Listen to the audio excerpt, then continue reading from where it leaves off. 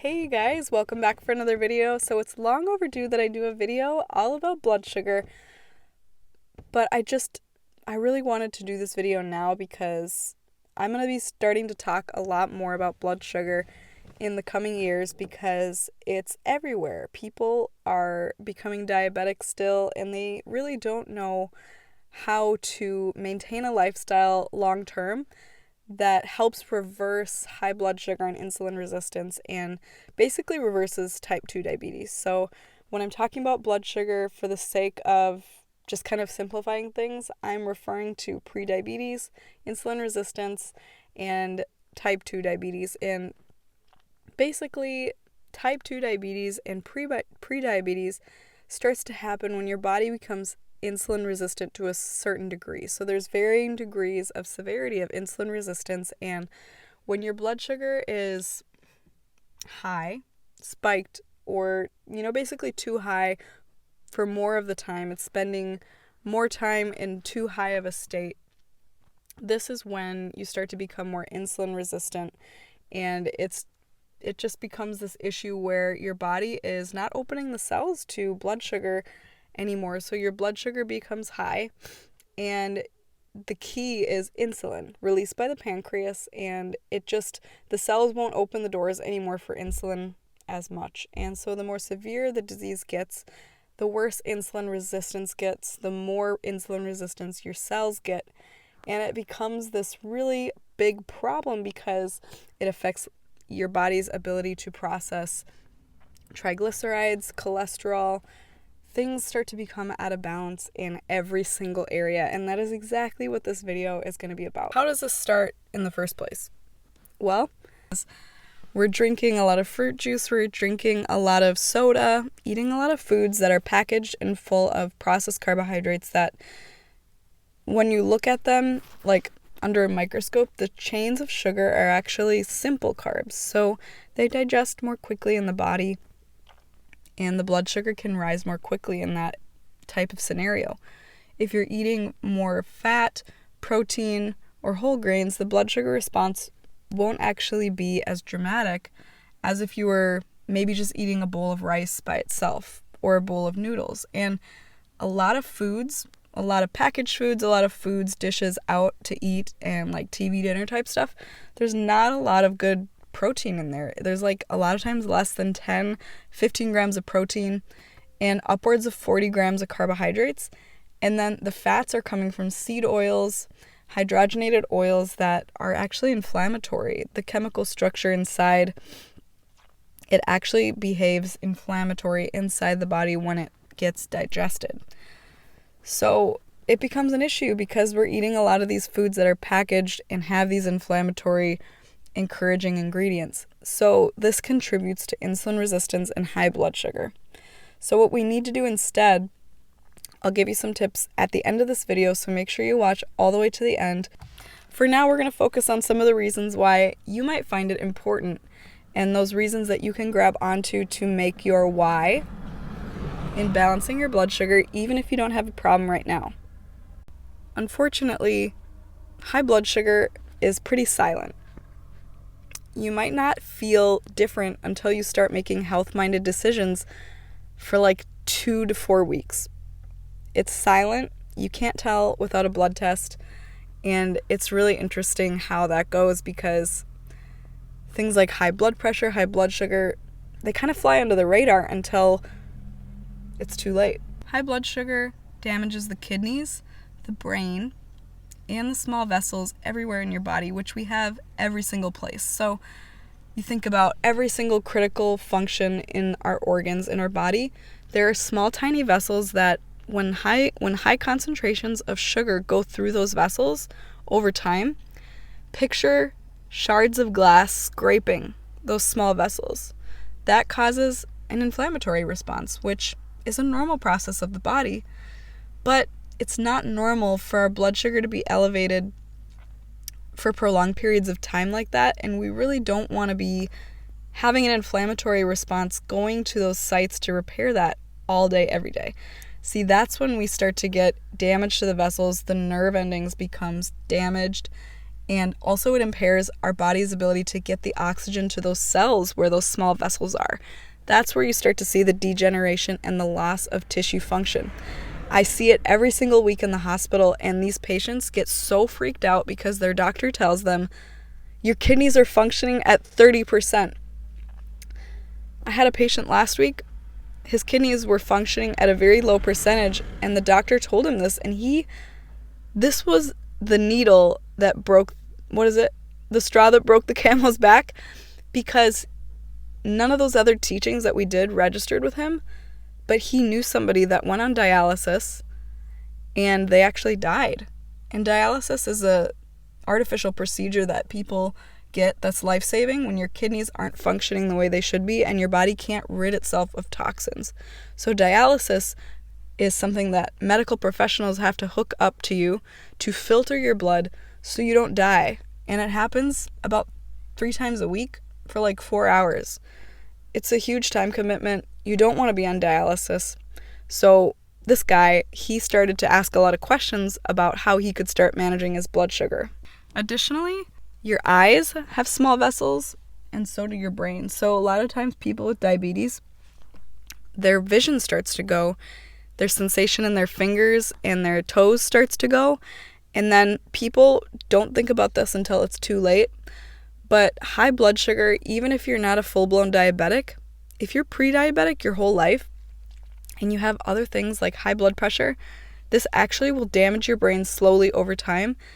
And the damage comes from, remember, those sharp shards of blood sugar scraping through those small vessels, damaging those vessels and those nerve endings, and then all of a sudden oxygen can't be efficiently delivered to those cells. Nutrients can't get there the same. It becomes this thing that accumulates over time.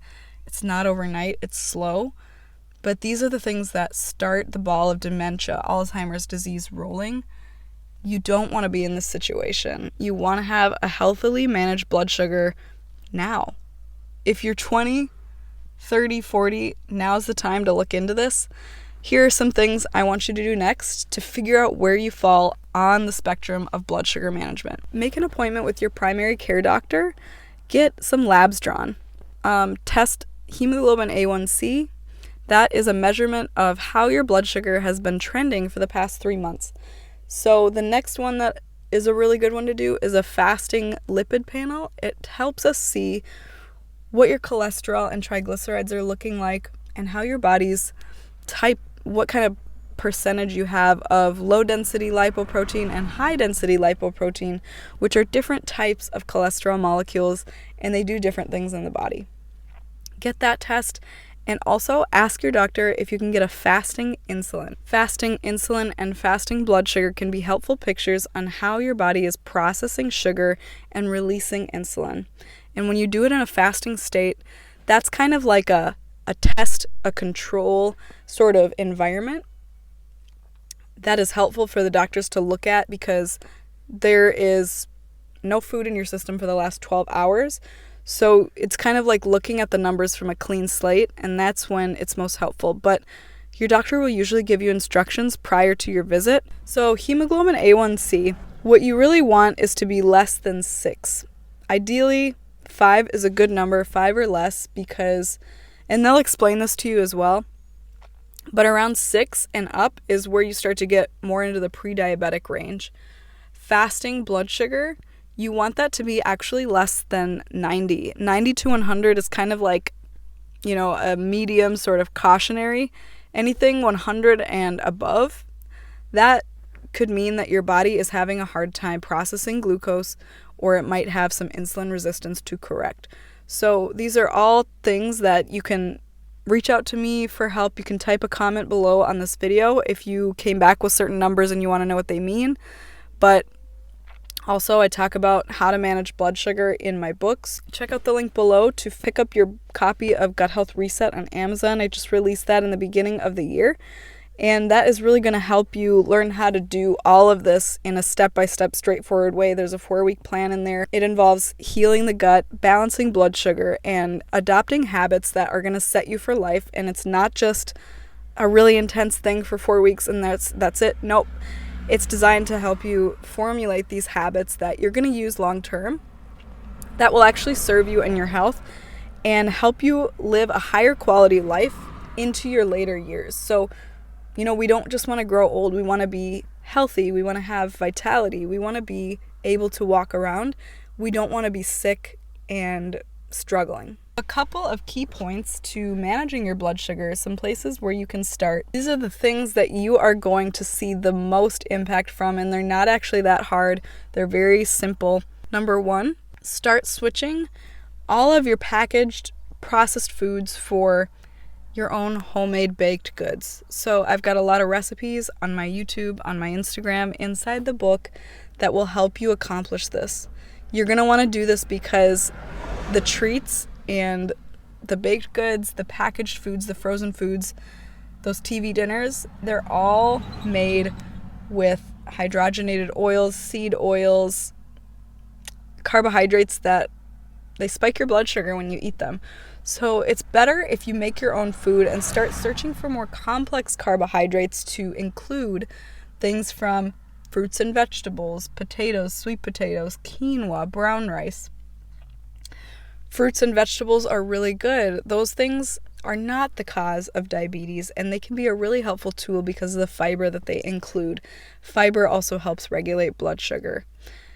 Beans, proteins like grass-fed ground beef, pasture-raised, cage-free, organic like meat and chicken are the way to go because those aren't treated with antibiotics and they're allowed to roam and they have a lower stress life.